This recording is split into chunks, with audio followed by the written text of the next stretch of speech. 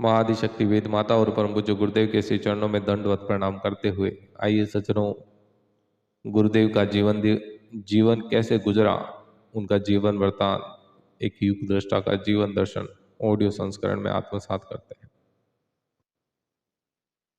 शैशव काल से ही परम पूज्य गुरुदेव के उस साधक स्वरूप के बीजांकुर प्रस्फुटित होने लगे, जिनके कारण उनकी दिव्य मार्गदर्शक सत्ता ने भी उन्हें पात्र समझा। 10 वर्ष की आयु से ही उनके मन में यह ऊहापोह चल रहा था कि साधना से सिद्धि का सिद्धांत सही है या गलत। इसका परीक्षण उन्होंने स्वयं किया। सारे सुयोग वैसे ही बनते चले गए एवं संकल्प को प्रयास रूप में परिणत होने का योग भी मिल गया। गुरुदेव के पिताश्री संस्कृत के उद्भट विद्वान थे, महामना मालवीय जी के सहपाठी थे, घनिष्ठ मित्र भी। उन्होंने आचार्य जी का यज्ञोपवीत संस्कार बनारस में मालवीय जी से ही करवाया। यज्ञोपवीत संस्कार कराते समय उन्होंने कहीं उपदेश दिए, पर जो उन्हें सतत याद रहे वह उन्हें सतत चिंतन के लिए उद्वेलित करते रहे। उन्होंने कहा था, गायत्री ब्राह्मण की कामधेनु है, वह अभिष्ट फल प्रदान करे, इसके लिए श्रद्धा, प्रज्ञा और निष्ठा का अवलंबन लेना जरूरी है। बात याद तो हो गई, पर दो बातें समझ में नहीं आई। एक यह है कि ब्राह्मण बनने के लिए क्या करना होगा, क्योंकि बताया यह गया था कि गायत्री ब्राह्मण की कामधेनु है। फिर वे तो जन्म से सनाट्य ब्राह्मण परिवार में जन्मे थे और वे तो ब्राह्मणोचित नित्य कर्म भी पिता द्वारा दिए गए प्रशिक्षण के अनुसार बचपन से ही सीखते हुए करते हुए आ रहे थे। ऐसी दशा में पुनः ब्राह्मण बनने का प्रश्न कहाँ उठता है।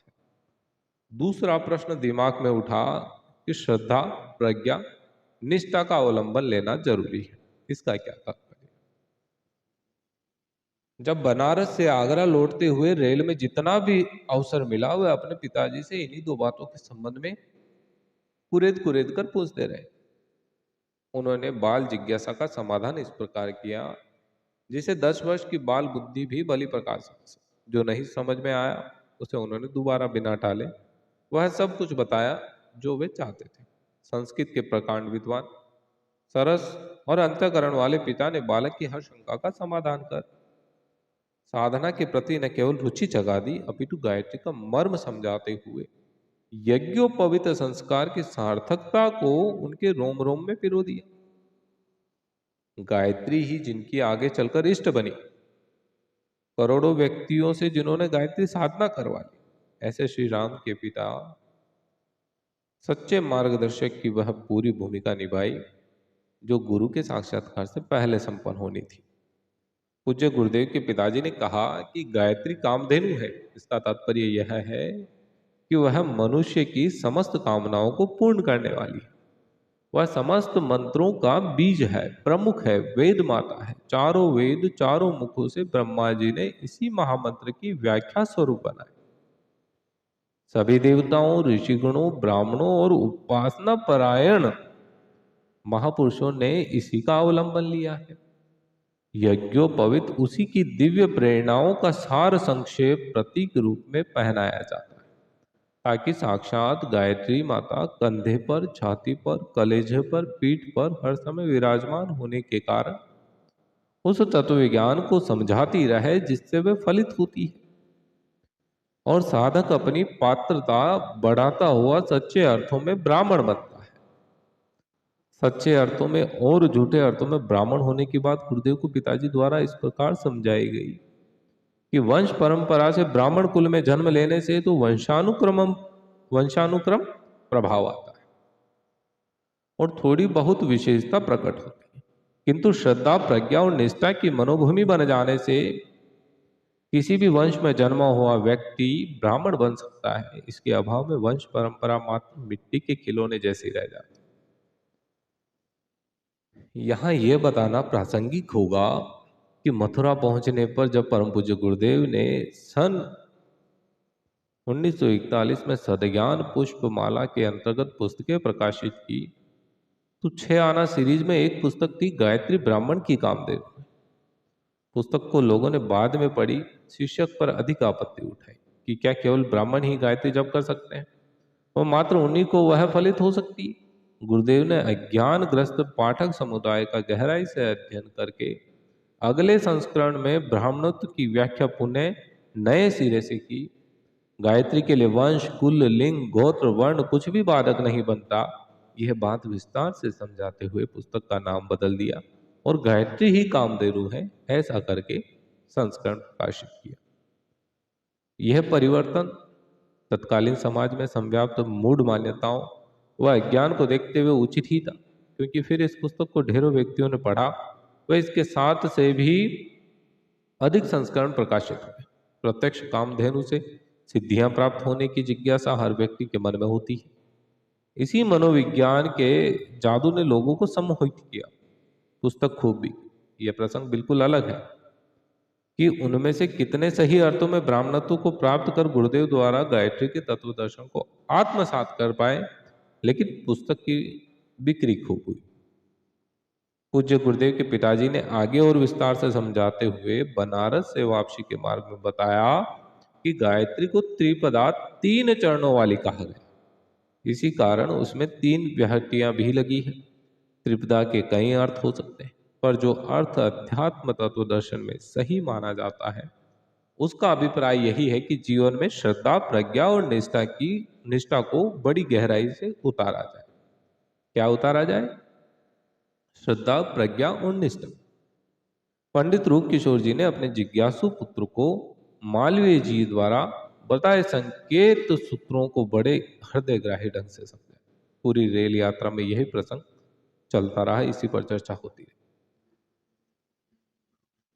उन्होंने कहा, श्रद्धा का अर्थ है परिपूर्ण विश्वास, ऐसा विश्वास जिसमें शंका, कुशंका, तर्क वितर्क आदि की कोई गुंजाइश ना हो। प्रज्ञा का अर्थ है स्वविवेक, इतना दृढ़ जिसमें अपना संकल्प ही मूर्तिमान हो सके, किसी से पूछने की कोई गुंजाइश ही ना, अपना आपा इतना संतुष्ट हो जाए कि मान्यताओं को यथार्थता के रूप में देखा जा सके। निष्ठा अर्थात नियमित क्रिया, इतनी सुनिश्चित क्रिया कि उसे सर्वोपरि महत्व माना जाए, सर्वोपरि महत्व दिया जाए। जिस प्रकार प्रातःकाल उठते ही कुछ खाने पीने की इच्छा होती है, उससे भी अधिक व्याकुलता निर्धारित उपासनात्मक क्रिया कृत्यों को करने के लिए उठे और खाया पिया तब जाए। तब शारीरिक नित्य कर्म करने की तरह मन की मलिनता को स्वच्छ करने के लिए, आत्मा की भूख बुझाने के लिए संकल्पित साधना कृत्य पूरा कर लिया जाए। बालक श्री राम पिता की मर्मस्पर्शी विवेचना को सुनते रहे। मनुष्य के 3 शरीर होते हैं। कौन से? कारण शरीर, सूक्ष्म शरीर और स्थूल शरीर। कारण शरीर भावनाओं का उद्गम है, यह भाव शरीर भी कहलाता है। भावना से ही पाषाण देवता बनते हैं। मीरा के गिरधर गोपाल, रामकृष्ण की काली इसीलिए चमत्कार दिखा सके कि उनके साथ साधक की श्रद्धा भावना अत्यंत घनिष्ठता पूर्वक जुड़ी हुई थी। अध्यात्म में सारा चमत्कार श्रद्धा का है। इसलिए महामना मालवीय जी ने कारण शरीर को बलिष्ठ बनाने का निर्देश दिया। प्रज्ञा सूक्ष्म शरीर में रहती है। प्रज्ञा अर्थात हर बात में गहराई से प्रवेश कर समुचित तर्क शक्ति का प्रयोग कर किसी निर्णय पर पहुंच जाना। जब विश्वास जम जाए, किसी अन्य के बहकाने फुसलाने का कोई प्रभाव ना पड़े, तो समझना चाहिए कि रितंबरा प्रज्ञा जाग पड़े। इसके कारण विश्वास शीतल नहीं होता, मान्यताएं नहीं डगमगाती। और तीसरा, स्थूल शरीर में निष्ठा का विकास अर्थात कार्य की नियमितता और सुव्यवस्था। शरीर का प्रत्येक अवयव इतना अभ्यस्त हो जाए कि काम को सुचारू रूप से किए बिना चैन न मिले। बिगुल बजते ही सैनिकों के ड्यूटी पर आ उपस्थित होने की तरह तत्परता हो। जिस कार्य में अनन्य निष्ठा होती है उसमें मन न लगने, समय न मिलने जैसी बहानेबाजी की गुंजाइश नहीं रहती। आत्मिक प्रगति के लिए जिन 3 तत्वों का समन्वय समावेश जीवन में करना पड़ता है, उन्हें बड़े विस्तार से समझाने पर बालक श्री राम की जिज्ञासा अध्यात्म तत्व ज्ञान के संबंध में और भी बढ़ने लगी। उनके पिता ने कहा कि गायत्री कामधेनु तो है और अमृतोपम दूध भी देती है, पर उसे चारा दाना पानी की व्यवस्था भी चाहिए। अन्यथा भूखी प्यासी गाय से दोहनी भरकर दूध प्राप्त करने की आकांक्षा अपूर्ण ही बनी रही। कैसे एक पिता ने अपने बेटे का सही मार्गदर्शन। स्वयं परम पूज्य गुरुदेव अपनी लेखनी से अपनी इस यात्रा के जो प्रसंग लिखे, उनको आप उनकी अलग अलग पुस्तकों के माध्यम से पढ़ सकते हैं। महामना मालवीय जी के सूत्रों को पिताजी ने जो व्याख्या की, वह मस्तिष्क से लेकर अंतःकरण के कोने कोने में समा गई। कई बार इस संदर्भ में और जिज्ञासाएं उठती रही।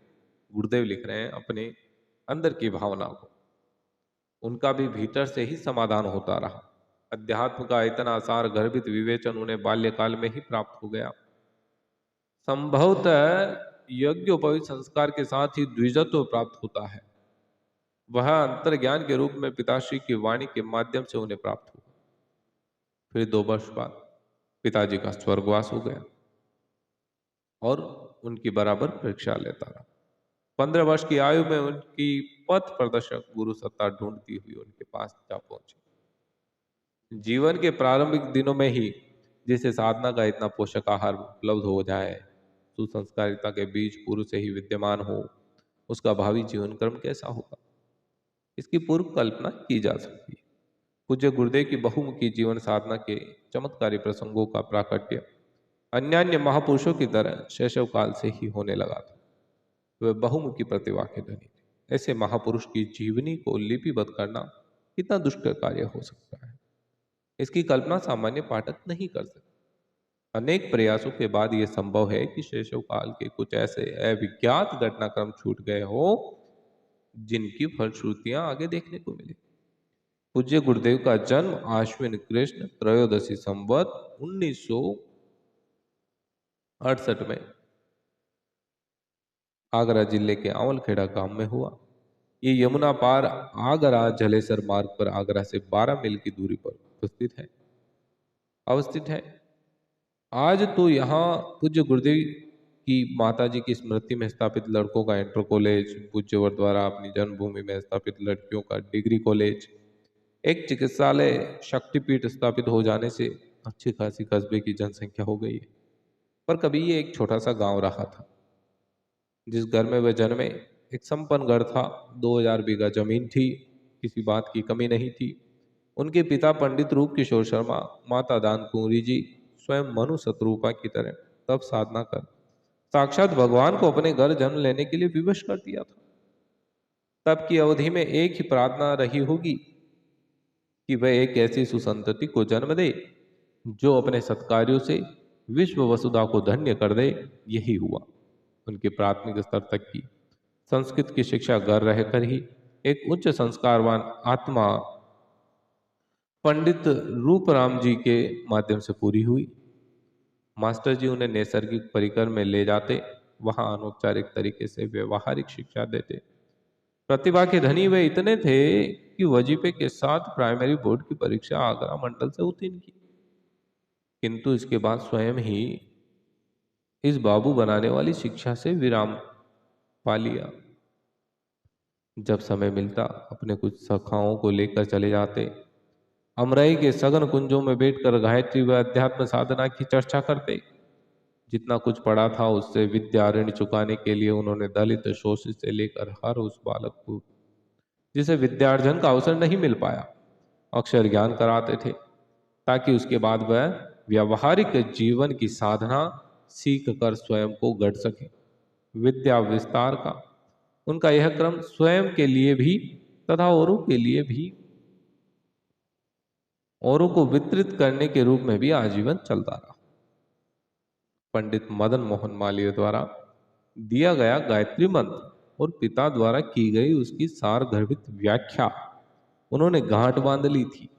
जब भी अवसर मिलता घर से निकल भागते, किसी वृक्ष के नीचे गायत्री जप में निरत तब तक बैठे रहते जब तक कि घर वाले ढूंढ ना ले। क्रमबद्ध अनुष्ठान भले ही 15 वर्ष की आयु में हिमालयवासी अपने गुरु रूपी परोक्ष सत्ता से मार्गदर्शन के बाद आरंभ हुए।